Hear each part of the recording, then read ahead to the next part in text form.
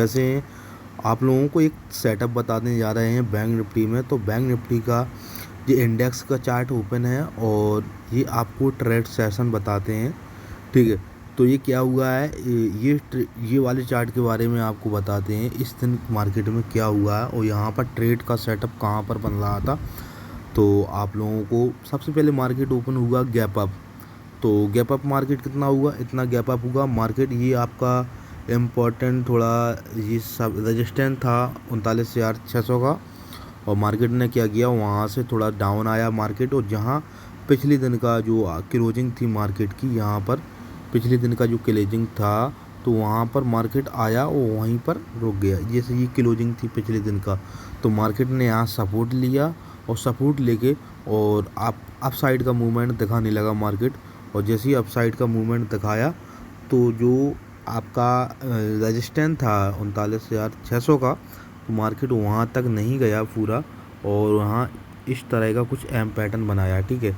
तो M pattern बना के ये क्या कर रहा था, ये आपका सपोर्ट बना रहा था अप साइड के लिए। फिर एक रेंज बनाया और रेंज बना के ये रेंज ही मानते हैं कि सपोर्ट का काम कर रहा था 39,500 के करीब करीब।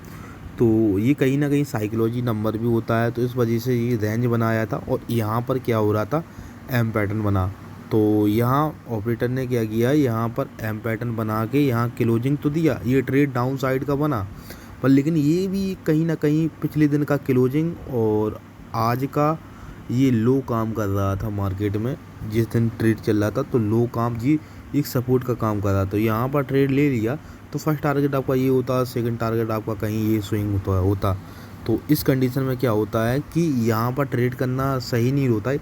ये आपको ट्रेड करना होता है तो जो पिछले दिन का क्लोजिंग था वहाँ पर ट्रेड कर सकते थे। इसका क्लोजिंग का लो ब्रेक करना चाहिए था 5 मिनट का कैंडल का, इसके बाद ट्रेड करना चाहिए था। और अगर कहीं ना कहीं कि बहुत सारे लोग होंगे वहाँ यहाँ पर भी ट्रेड किया होगा, तो यहाँ पर ट्रेड किया होगा, मार्केट यहाँ तक आया, फर्स्ट टारगेट पूरा नहीं हुआ। तो उस कंडीशन में क्या है, एसएल जैसे आपको 25-30 पॉइंट मिल जाता है प्रॉफिट, तो उसका एक रूल होता है कि अगर 25-30 पॉइंट मिल जाता है और अगर आपका लंबा प्रॉफिट लेना है 1:2 का या 1:3 का टारगेट, तो उस कंडीशन में आपका एसएल ये कोस्ट टू कोस्ट रखना होता है। क्योंकि एसएल कोस्ट टू कोस्ट रखने से ये होता है कि अगर प्रॉफिट नहीं होता है तो लॉस भी नहीं होता है। तो उस कंडीशन में ये हुआ, मार्केट ने क्या किया कि वहाँ टारगेट नहीं अचीव किया और मार्केट अपसाइड के लिए रेडी होगा। और यहाँ जो सपोर्ट के लिए काम कर रहा था और उसी मार्केट ने क्या है वहाँ पर क्लोजिंग दे दी, ठीक है। तो क्लोजिंग तो दे दी, तो आप चाहते तो यहाँ पर जो आपका ये 5 मिनट का कैंडल बन रहा था, इस कैंडल पे आप क्लोजिंग मिलने के बाद आप ऐसे यहाँ पर ट्रेड कर सकते थे, ठीक है। यहाँ पर ट्रेड कर सकते थे तो कहीं ना कहीं आपका ऐसा लिए होता और टारगेट आपका फर्स्ट टारगेट आपका ये होता 1:2 का टारगेट समझ के चलो। और 1:2 ये फर्स्ट टारगेट, सेकंड टारगेट ये 39,750 का लेवल। और इसके बाद आपका और भी यहाँ पर टारगेट मिला है, पर लेकिन मैं ये बोल रहा हूँ 1:2 का ही टारगेट लेके निकलना है। जैसे आपने यहाँ पर एंट्री किया, ठीक है, यहाँ पर कहीं किया और आपका एसएल आपका ये था, तो आपका एसएल ये था तो 1:2 या 3 का टारगेट लेकर निकल जाइए, इतना रिवॉर्ड आपको अच्छा रहता है। और जो लोग क्या हुआ यहाँ पर क्या हुआ, मार्केट यहाँ पुल बैक भी तो लिया ना, मार्केट यहाँ अप साइड डायरेक्ट गया फिर एक पुल बैक लिया, तो अब ये सपोर्ट का काम करता, ठीक है ना। तो यहाँ तक मार्केट नहीं आया फिर भी अप साइड का मूवमेंट दिखाया है।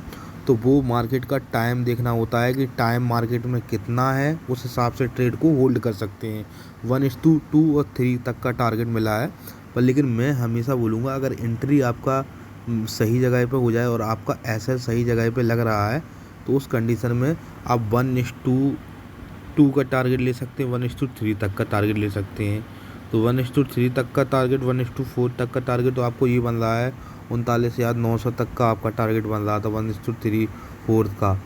तो सबसे बेस्ट टारगेट जो आपका था तो वो एक ही था 1:23 का टारगेट आपका ये आराम से मिल गया है।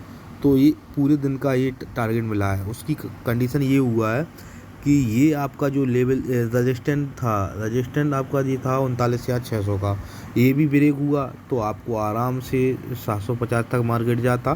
क्योंकि जो सपोर्ट रजिस्टेंट बनाना जानते हैं अगर चार्ट में, तो वो लोग ज़रूर ट्रेड को समझ सकते हैं। और जो लोग सपोर्ट और रजिस्टेंट के बारे में नहीं जानते हैं तो वो लोग मैसेज करें, मैं उनको बता दूंगा कि कैसे ट्रेड लाइन खींचा जाता है और सपोर्ट लाइन हॉरिजॉन्टल कैसे बनाया जाता है, सपोर्ट कहाँ रहता है, जॉन कहाँ रहता है, मार्केट में जॉन कहाँ कहाँ काम करता है। जैसे जॉन का बात बोलूँ तो मैं जॉन का बारे में बता दूंगा, पर लेकिन चलो ठीक है, मैं अभी हाल बता देता हूँ। जॉन ये काम करता है, जैसे ये था, ये स्विंग का ज्वाइन होता है। जैसे मार्केट यहाँ ये जो स्विंग थे ना, जैसे कि अभी मैं बताता हूँ।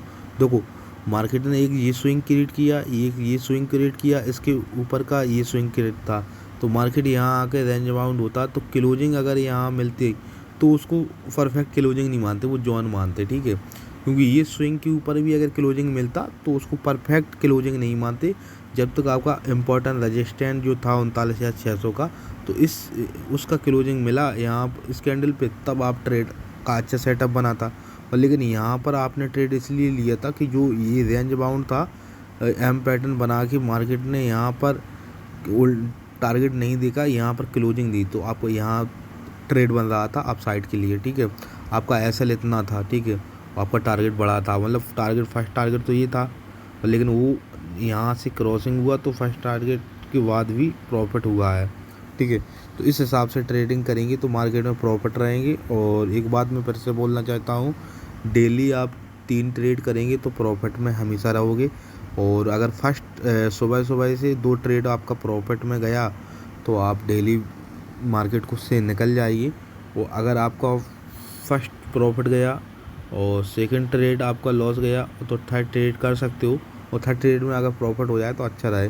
और पहली दार में अगर दोनों ट्रेड पास हो जाएं तो तीसरा ट्रेड नहीं करना चाहिए, ठीक है। तो ये कुछ रूल हैं मार्केट में, इस तरह काम करोगे। ये नहीं है कि आप मार्केट में आए और आपने सुबह सुबह 3 ट्रेड किया या 4 ट्रेड किया और 3 बजे तक आपने 12 ट्रेड कर लिया या 15 ट्रेड कर लिया, ये तो गैमलिंग हो गई। इस प्रकार से अगर मार्केट में काम करेंगे तो लॉस होगा। ऑप्शन ट्रेडिंग इतना आसान नहीं है जितना आप लोग समझते हो।